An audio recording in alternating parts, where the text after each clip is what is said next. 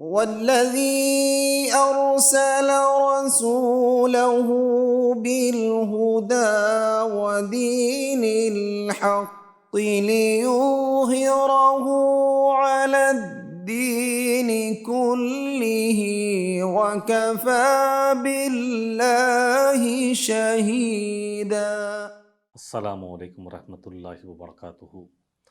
نحمدہ ونصلی علی رسولہ الکریم، اما بعد فاعوذ باللہ من الشیطان الرجیم، بسم اللہ الرحمن الرحیم۔ رب اشرح لی صدری ویسر لی امری واحلل عقدۃ من لسانی یفقہوا قولی واجعل لی وزیرا من اہلی رب زدنی علما۔ اللہم صلی علی محمد وعلی آل محمد کما صلیت علی ابراہیم وعلی آل ابراہیم انک حمید مجید۔ اللہم بارک علی محمد وعلی آل محمد کما بارکت علی ابراہیم وعلی آل ابراہیم انک حمید مجید۔ شروع کریں اللہ کا نام لے کر سورہ البقرہ کی آیت نمبر 129 سے، جہاں پر ابراہیم علیہ السلام جو کہ انبیاء کے باپ ہیں، رسولوں کے باپ ہیں، پھر ایک نسل چلی آپ سے بنی اسماعیل اور بنی اسرائیل۔ آپ کے پہلے بیٹے ابراہیم علیہ السلام کے اسماعیل علیہ السلام، اور آپ نبی صلی اللہ علیہ وسلم بنی اسماعیل میں سے ہیں۔ آپ کے لیے اسپیشل دعا کی تھی حضرت ابراہیم علیہ السلام اور حضرت اسماعیل علیہ السلام نے۔ تو جب تعمیر کر رہے تھے، دیواروں کو اٹھا رہے تھے، تو اللہ سے دعا بھی مانگ رہے تھے۔ بہت ساری دعائیں منقول ہیں قرآن میں۔ ابراہیم علیہ السلام اور اسماعیل علیہ السلام نے جو مانگی کعبے کی تعمیر کے وقت، سب کچھ کرنے کے بعد بھی دعا مانگ رہے تھے کہ اللہ ربنا تقبل منا انک انت السمیع العلیم، کہ اللہ ہم سے قبول کر لینا، بے شک آپ بہت سننے والے ہیں اور بڑے علم والے ہیں، آپ کو پتہ ہے کہ ہم نے یہ سب کچھ کس نیت سے کیا۔ اب ایک بڑی خوبصورت دعا سورہ البقرہ کی آیت نمبر 129 میں آتی ہے، ربنا وابعث فیہم رسولا منہم۔ ایک اور دعا کر رہے تھے کہ اللہ ان میں بھیجا اپنا ایک رسول، انہی میں سے ہو، اے اللہ مبعوث فرمائیں ایک رسول، یعنی انہی جہاں پر آپ نے آ کر اپنی اولاد کو آباد کیا تھا، اس سرزمین مکہ پر اللہ ایک رسول کو بھیج، مبعوث فرما۔ کیا کرے گا وہ رسول؟ منہم، جو انہی میں سے ہو، یعنی انہی میں سے ہو، انہی کے خاندان میں، اسی علاقے میں سے ہو، یتلو علیہم آیاتکا، جو ان پر تیری آیات پڑھ کر سنائے، تیری آیات ان پر پڑھے، وَيُعَلِّمُهُمُ الْكِتَابَ وَالْحِکْمَةَ، اور ان کو تعلیم دے کتاب کی اور حکمت کی، وَيُزَكِّيهِمْ، اور اے اللہ ان کا تزکیہ کرے، ان سے دنیا کی محبت کو نکال دے، حسد، بغض، کینہ، تکبر کو نکال دے۔ اپنے آپ کو بڑا سمجھنے والی چیز جو انسان کو سب سے زیادہ خراب کرتی ہے وہ تکبر، بطر الحق وغمط الناس، حق کا انکار اس وجہ سے کرنا کہ لوگوں کو اپنے سے حقیر جانا جائے۔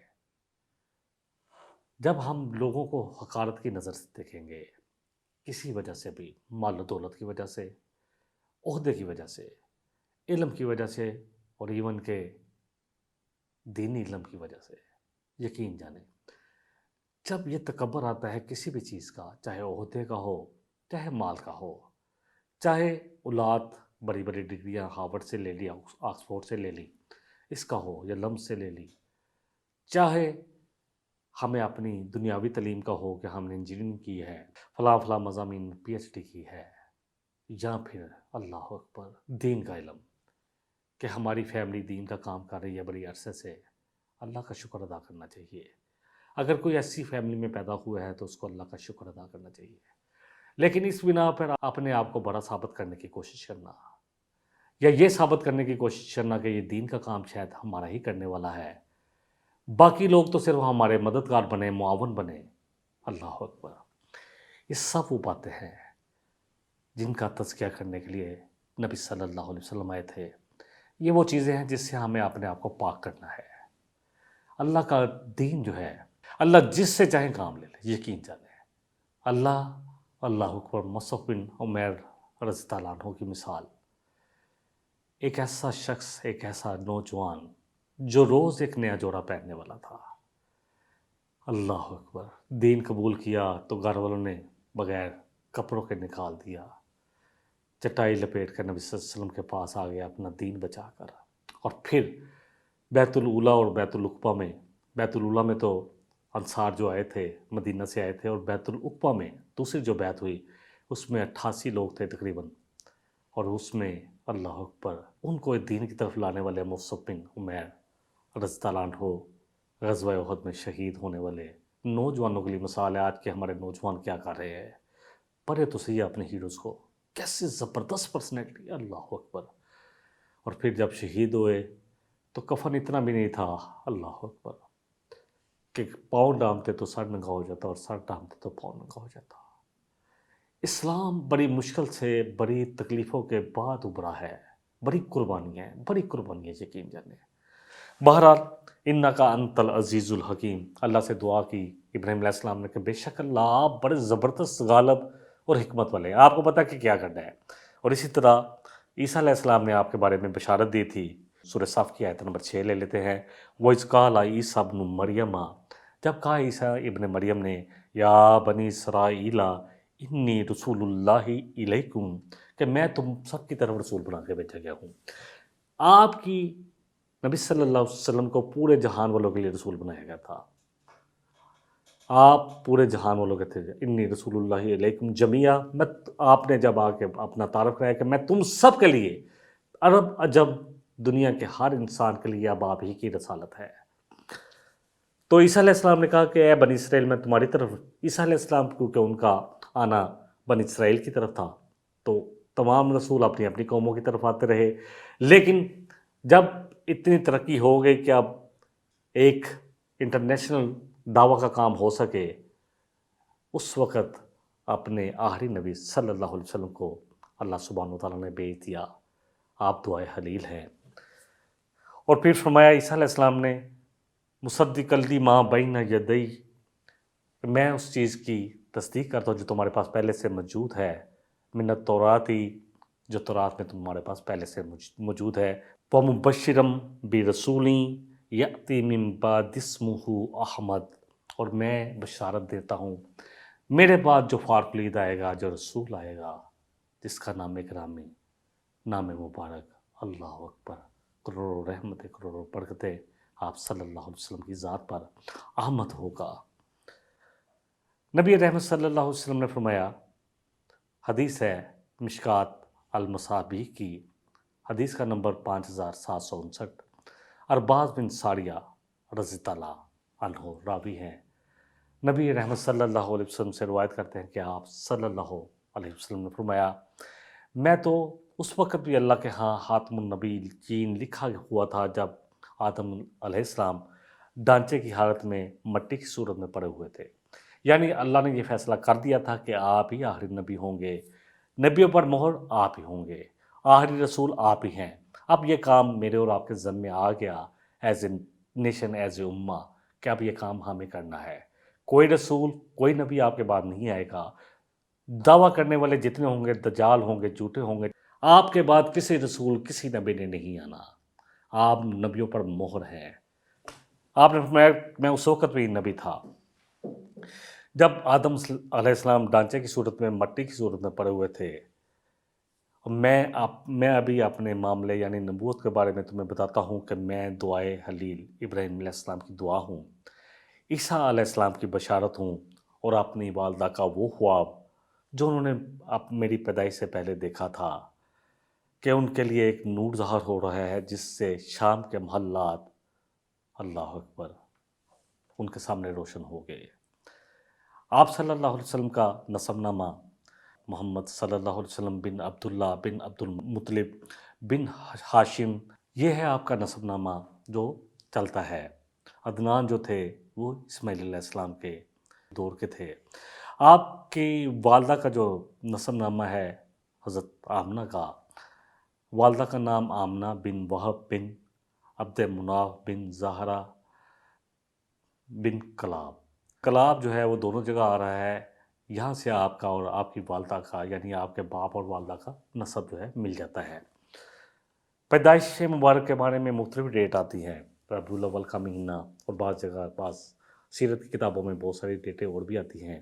بہرحال سوموار کا دن تھا، کیونکہ آپ کی حدیث بھی ہے کہ اسی دن اللہ نے مجھے پیدا کیا، اس دن آپ روزہ رکھتے تھے، اور فرمایا اس دن اور جمعرات کو آپ روزہ رکھتے تھے کیونکہ ان دنوں میں اعمال اٹھائے جاتے ہیں، اور آپ فرماتے تھے صلی اللہ علیہ وسلم کہ میں روزہ رکھتا ہوں تاکہ میرے جب اعمال اٹھائے جائیں تو میں روزے کی حالت میں ہوں۔ 9 یا 12 ربیع الاول آتا ہے عام الفیل، یعنی وہی ہاتھی والا سال۔ علم ترا، کیا تم نے دیکھا نہیں کہ تمہارے رب نے ہاتھی والوں کے ساتھ کیا کیا؟ تو عام الفیل یہی کہلاتا تھا، سورہ فیل جو پوری کی پوری ہے۔ عام الفیل اور 22 اپریل تقریباً جو ڈیٹ بنتی ہے 571 عیسوی سن سے، یعنی عیسیٰ علیہ السلام سے جو سن شروع ہوا اس سے، آپ پوری دنیا میں پورے انسانوں کے لیے اللہ کا احسان ہے، یقین کریں بہت بڑا احسان۔ اللہ سبحانہ و تعالیٰ نے خود اس سے احسان بتایا ہے، خاص کر کے ان لوگوں کے لیے جو ایمان لے آئے۔ سورہ آل عمران کی آیت نمبر 164، لقد من اللہ علی المؤمنین اذ بعث فیہم رسولا من انفسہم۔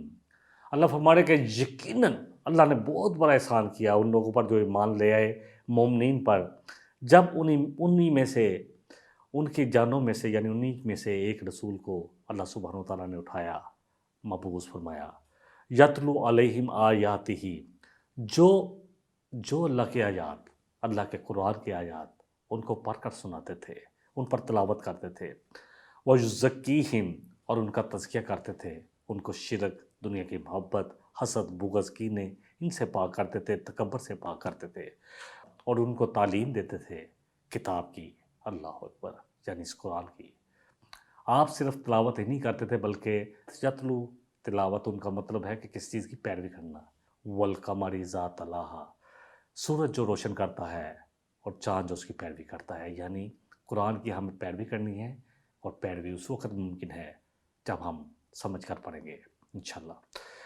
تو کتاب اور حکمت کی تعلیم دیتے تھے۔ وَإِن كَانُوا مِن قَبْلُ لَفِي ضَلَالٍ مُبِينٍ، اور اللہ فرما رہے ہیں کہ بے شک یہ لوگ اس سے پہلے کلی گمراہی میں تھے۔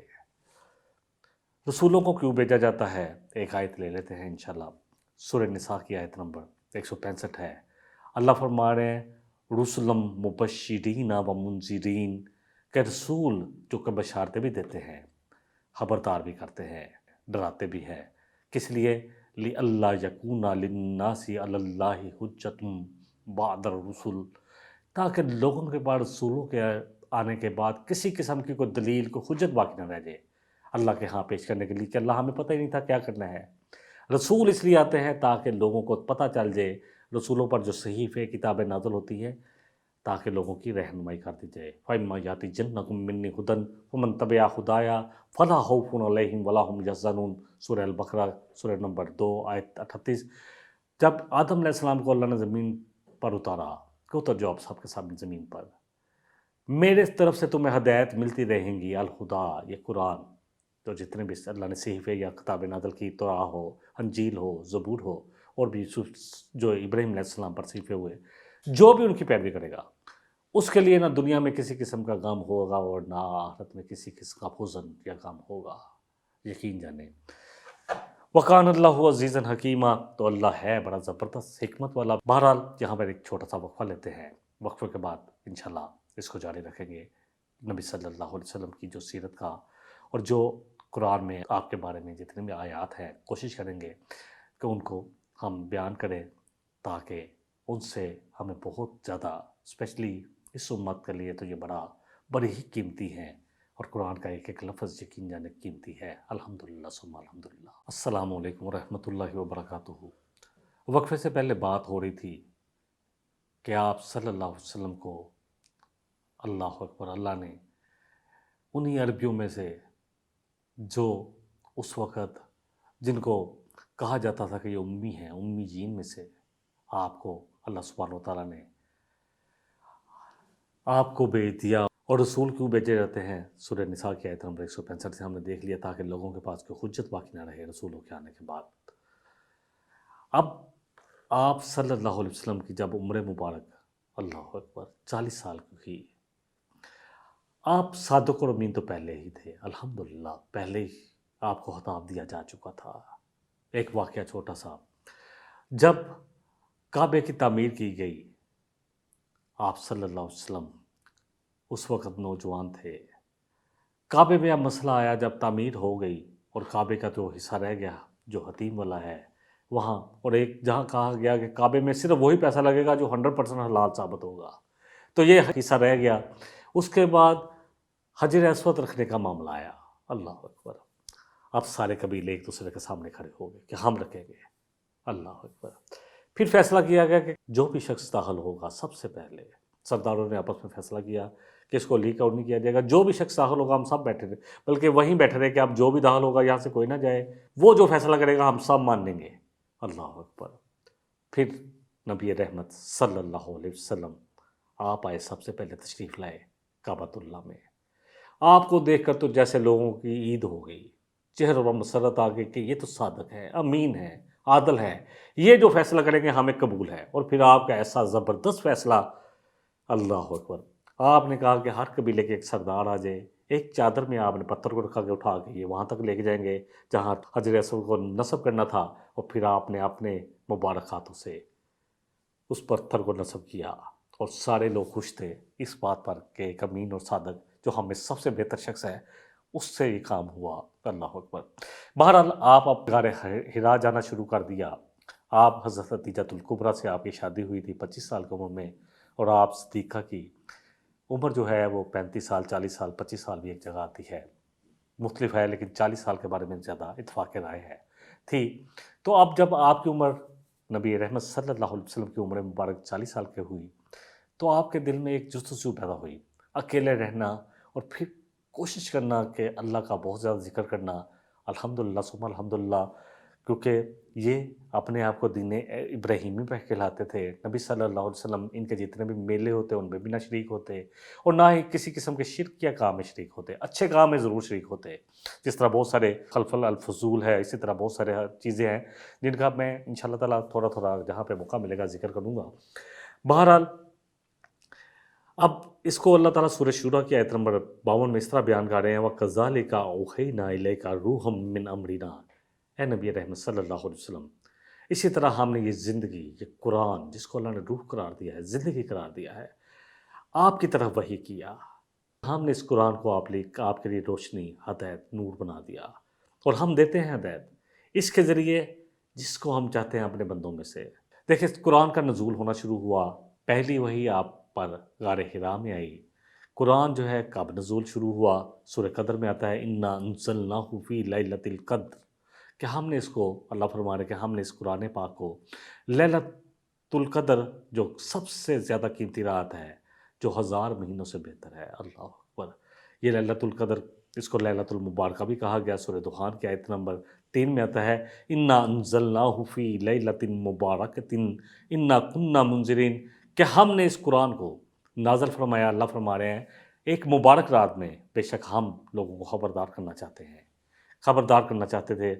اور رمضان میں یہ قرآن نازل ہوا، اللہ فرما رہے ہیں سورہ البقرہ کی آیت نمبر 185 شہر رمضان الذی انزل فیہ القرآن، رمضان کا مہینہ وہ ہے جس میں اللہ نے قرآن کو نازل فرمایا، ھدی للناس، پوری انسانیت کے لیے ہدایت ہے، اللہ اکبر، وبینات من الہدی والفرقان، اور اس میں کھلی نشانیاں ہیں ہدایت کی اور حق اور باطل کو واضح کرنے کی، یعنی فرقان کی۔ نبی صلی اللہ علیہ وسلم پر وحی کا آغاز ہوا، حدیث ہے صحیح بخاری کی، آپ تھوڑی سی حدیثیں بھی لے لیتے ہیں تاکہ آپ صلی اللہ علیہ وسلم پر جو ابتدائی دور آیا، جب آپ پر وحی کا ابھی نزول ہونا تھا، تو سب سے پہلے آپ کو سچے خواب آتے، آپ جو رات کو خواب میں دیکھتے صبح وہی کچھ ہو جاتا، اللہ اکبر۔ پھر آپ مسلسل غار حرا جانا شروع ہو گئے، جب بھی توشہ ساتھ ستو وغیرہ کچھ پانی جب بھی لے جاتے، جتنے دن وہ چلتا رہتا، پھر واپس آتے گھر، 1-2 دن ٹھہرتے اور پھر چلے جاتے۔ اللہ کی طرف سے یہ سب کچھ ہو رہا تھا، اللہ اکبر۔ پھر ایک دفعہ آپ غار حرا میں موجود تھے تو اچانک ایک فرشتہ آ گیا، اللہ اکبر، جبریل علیہ السلام آ گئے آپ کے پاس اور آ کے کہا اقرا، اے محمد صلی اللہ علیہ وسلم پڑھیے۔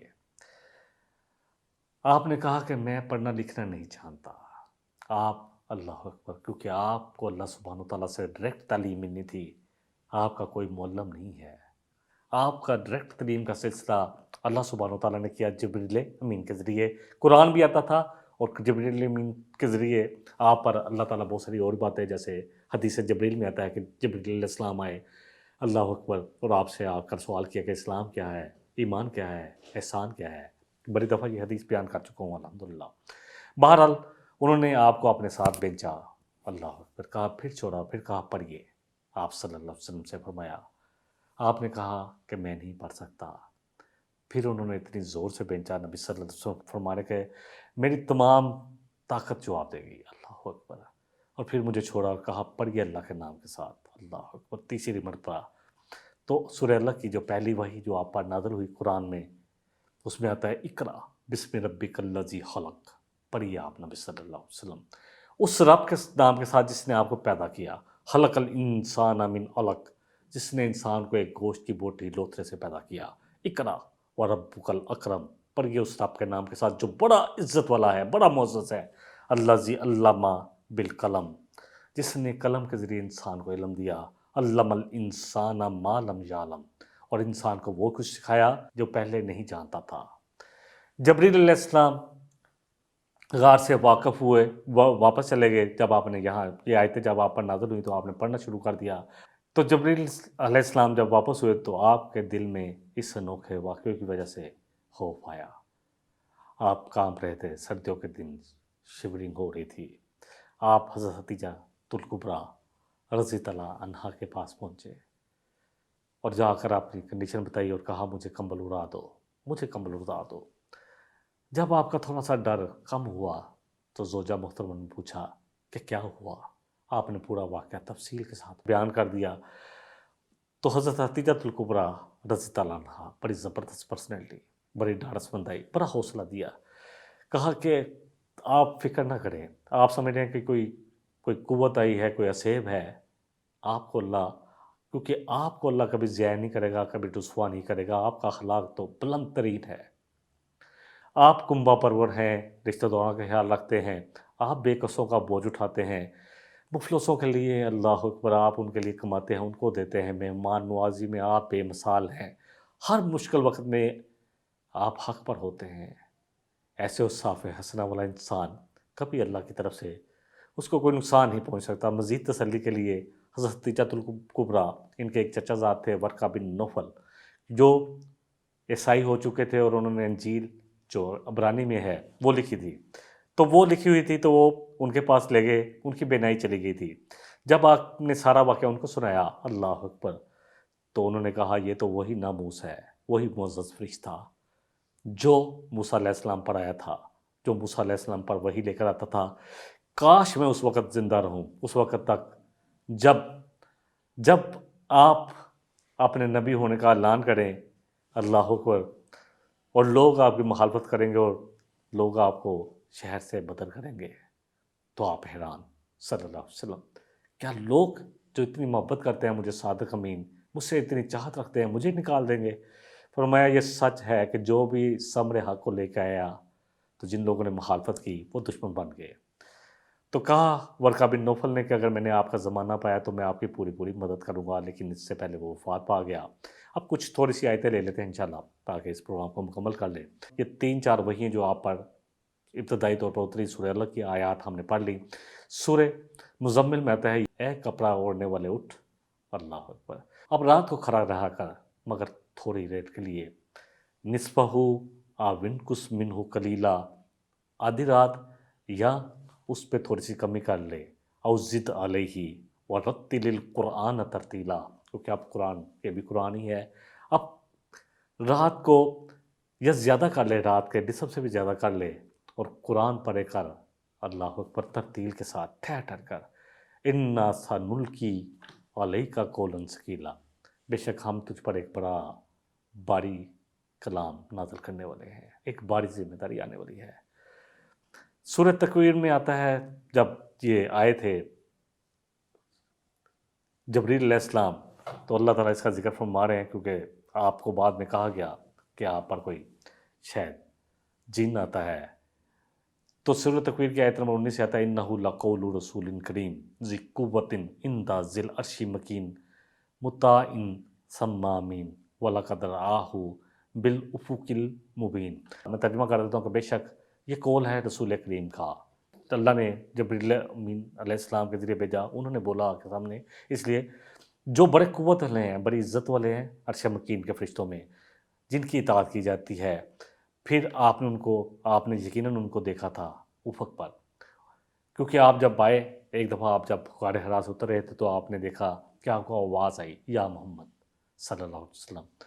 تو آپ نے ادھر ادھر دیکھا تو آپ کو کوئی نظر نہیں آیا. دوسری دفعہ، تیسری دفعہ جب آپ نے آسمان کی طرف دیکھا تو جبریل علیہ السلام پر اپنے 600 پروں کے ساتھ آسمان پر بغیر کسی چیز کے اس طرح بیٹھے تھے جیسے کرسی پر بیٹھے ہوں. اللہ اکبر.